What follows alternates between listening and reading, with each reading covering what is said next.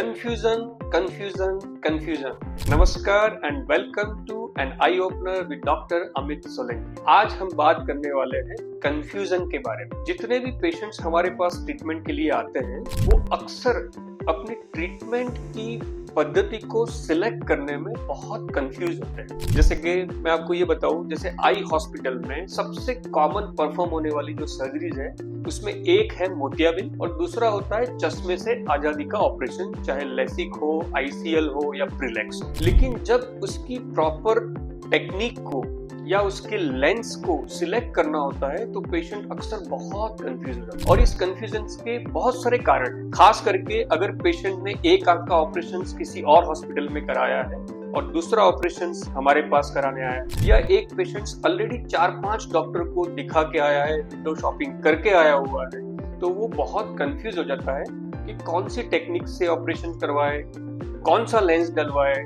उसमें पेशेंट की गलती नहीं है। उसमें क्या होता है, मैं एक एग्जांपल देता हूँ कि हर डॉक्टर के पास में एक ही बीमारी को ठीक करने के लिए अलग अलग तकनीक होती है, अलग अलग लेजर्स होते हैं, अलग अलग मशीन्स होते हैं और मार्केट में कई प्रकार के लेंस भी अवेलेबल हो। अब जो डॉक्टर उसके पास जो सुविधा है, यानी कि जो तकनीक या जो लेंस या जो लेजर है, उसी की पॉजिटिविटी बताएगा। स्वाभाविक है, अगर आज मैं गाड़ी खरीदने के लिए जाऊंगा, अगर मैं किया के शोरूम में गया तो वो मुझे बताएगा कि किया इज द बेस्ट, उससे अच्छी कोई कार है। सिमिलरली अगर मैं होंडा सिटी खरीदने गया तो होंडा सिटी का सेल्समैन बोलेगा होंडा सिटी सबसे अच्छी गाड़ी है, उससे अच्छी कोई नहीं है। मैं वरना खरीदने गया तो हुंडई वाले बोलेंगे सेफ्टी फीचर्स में हमारा रैंकिंग है, हमारी गाड़ी सबसे बेस्ट है। अब इसी तरह से जैसे एक मोतियाबिंद का ऑपरेशन है, ठीक है, अब आप इसको बिल्कुल इजीली समझिए। जैसे मोतियाबिंद का ऑपरेशन के लिए कोई पेशेंट डॉक्टर के पास जाता है, वो डॉक्टर उसको अलग अलग मशीन से ऑपरेशन कर सकता है ना। एक डॉक्टर के पास में कौन कंपनी का मशीन है, दूसरे डॉक्टर के पास में जॉनसन एंड जॉनसन का है, दूसरे डॉक्टर के पास में कोई इंडियन कंपनी का मशीन है। अब जिस डॉक्टर के पास जो कंपनी का मशीन है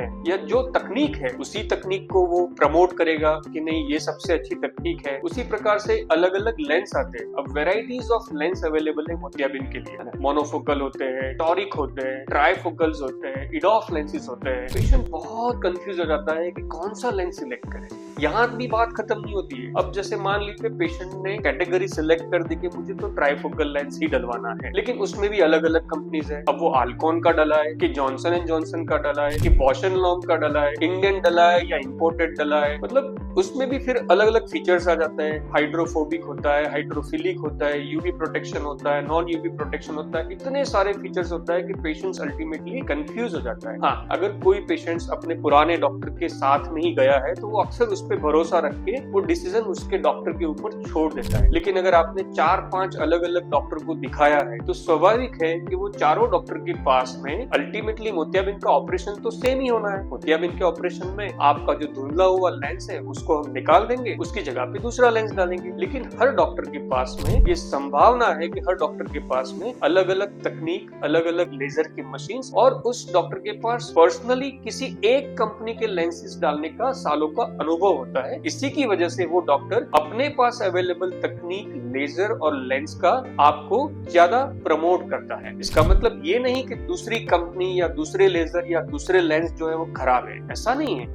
लेकिन क्योंकि उसके पास उस तकनीक का, उस लेंस का सालों का अनुभव है, इसलिए स्वाभाविक रूप से वो उसी की बात करेगा। ठीक है, अब जैसे मैं गाड़ी खरीदने गया और मैंने एक बार हुंडई वरना का टेस्ट ड्राइव लिया। अब मैं जस्ट, मुझे पसंद आ गई, लेकिन मैं जस्ट एक सेकंड चॉइस के लिए किया के पास गया कि मुझे सेल्टोस का ट्रायल दी। अगर किया के सेल्टोस ने मुझे ये बोल दिया कि नहीं वरना तो बेकार है, आप उस पर जाओ ही नहीं, तो मैं कभी वहां से गाड़ी नहीं खरीदूंगा। मैं ये उम्मीद रखता हूँ एज ए कस्टमर, मुझे तो आप ये बताओ कि आपकी किया की गाड़ी हुंडई वरना से कैसे बेटर, आपके पास ऐसा क्या पॉजिटिव है कि मैं आपके पास से ये गाड़ी खरीदूं ना कि वो वाली। सिमिलरली सारे डॉक्टर अच्छे होते हैं, सभी लोग मोतियाबिंद का बहुत अच्छा ऑपरेशन करता है, लेकिन हर डॉक्टर के पास अपनी खुद एक लेंस का सालों का अनुभव होता है कि उसने पर्टिकुलर एक कंपनी के मशीन से ही ऑपरेशन करे हुए हैं और एक कंपनी के ही लेंसेज सालों से यूज करे, तो उसके पास उसका एक पर्सनल अनुभव होता है। तो कोई भी तकनीक, कोई भी लेंस या कोई भी डॉक्टर सही या खराब ऐसा नहीं होता है, लेकिन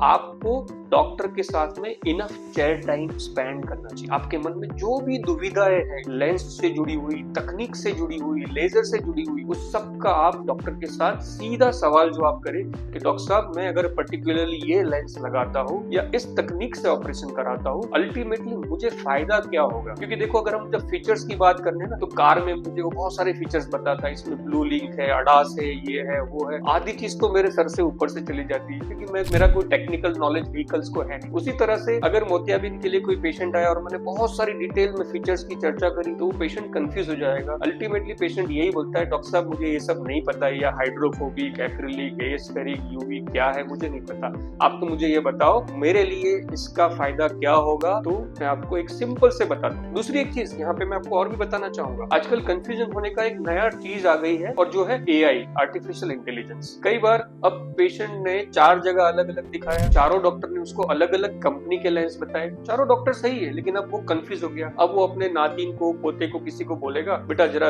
इंटरनेट पे सर्च करके दे, तो वो एआई में आजकल चैट जीपीटी या जेमिनाई में वो सर्च करेगा, उसमें अगेन 10-15 और ऑप्शन आ जाएगा, वो और कंफ्यूज हो गया। तो इस कंफ्यूजन से बाहर निकालने का क्या तरीका है? आप पेशेंट और उसका अटेंडर और डॉक्टर, ये तीनों मिलकर ये जॉइंट डिसीजन लेते हैं। और कैसे लिया जाता है? तो हर पेशेंट की आई की कंडीशंस, उसकी टोपोग्राफी और बायोमेट्री की जांच, उसकी आंख में और कोई कोएग्जिस्टिंग बीमारी है या नहीं, उसकी लाइफस्टाइल एक्टिव है या पैसिव है, वो नाइट ड्राइव करता है या पढ़ने में ज्यादा उसको जरूरत पड़ती है, उसकी एक्सपेक्टेशंस, यानी कि अगर उसको ऑपरेशन के बाद में दूर का चश्मा हटाना है या दोनों चश्मा हटाना है या चश्मे से बिल्कुल इंडिपेंडेंट होना है, तो आपकी रिक्वायरमेंट क्या है। ऐसे बहुत सारे फैक्टर को ध्यान में रखते हुए डॉक्टर, पेशेंट और उसका अटेंडर तीनों मिलकर एक जॉइंट डिसीजन। अब जैसे दूसरा एक ऑपरेशन है जिसको बोलते हैं चश्मे से आजादी। अब चश्मे से आजादी के लिए लेसिक लेजर भी ऑपरेशन होता है, आईसीएल यानी कि इम्प्लांटेबल कॉलोमर लेंस होता है, प्रीलेक्स यानी कि प्रेस बायोपिक लेंस एक्सचेंज भी होता है। अब पेशेंट्स कई बार हमारे पास आता है, सर हमको तो सिल्क या स्माइल कराना है और आप तो ये लेसिक की बात कर रहे हो, क्या फर्क है? तो देखिए, सारी टेक्निक अच्छी है। मैंने जैसे बताया कि जिस डॉक्टर के पास जो तकनीक है वो उसका ही प्रमोशन करेगा।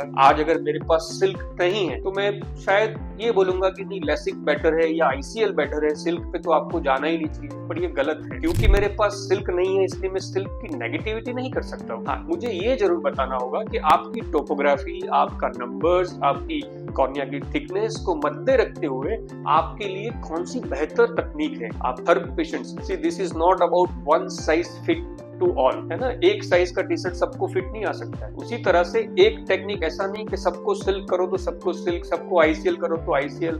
जो डॉक्टर आईसीएल नहीं करता है वो लेसिक को प्रमोट करता है, और जिसके पास लेसिक मशीन ही नहीं है वो बोलेगा लेसिक कराना ही नहीं चाहिए, आईसीएल इज द बेस्ट। तो ऐसा नहीं है। अगेन आपके टोपोग्राफी रिपोर्ट्स, बायोमेट्री रिपोर्ट्स, आपकी एक्सपेक्टेशंस, आपकी कॉर्निया की थिकनेस, ये सारे फैक्टर्स को मद्दे रखते हुए आपको जॉइंटली एक डिसीजन लेना होता है कि आपके लिए क्या चीज सही है। और इसके लिए आप चाहे तो 2-4 डॉक्टर से मिल सकते हो, लेकिन अल्टीमेटली आपको किसी भी एक डॉक्टर पे पूरा भरोसा, फेथ रखना पड़ेगा, और उसकी राय के हिसाब से ही आपको एक कन्विंस डिसीजन पे आना पड़ेगा। इस तरह की और भी जानकारी हम इस सीरीज में लेके आएंगे। तो सेकंड एपिसोड्स को देखने के लिए आप इस चैनल को सब्सक्राइब करना ना भूलें। नमस्कार, धन्यवाद।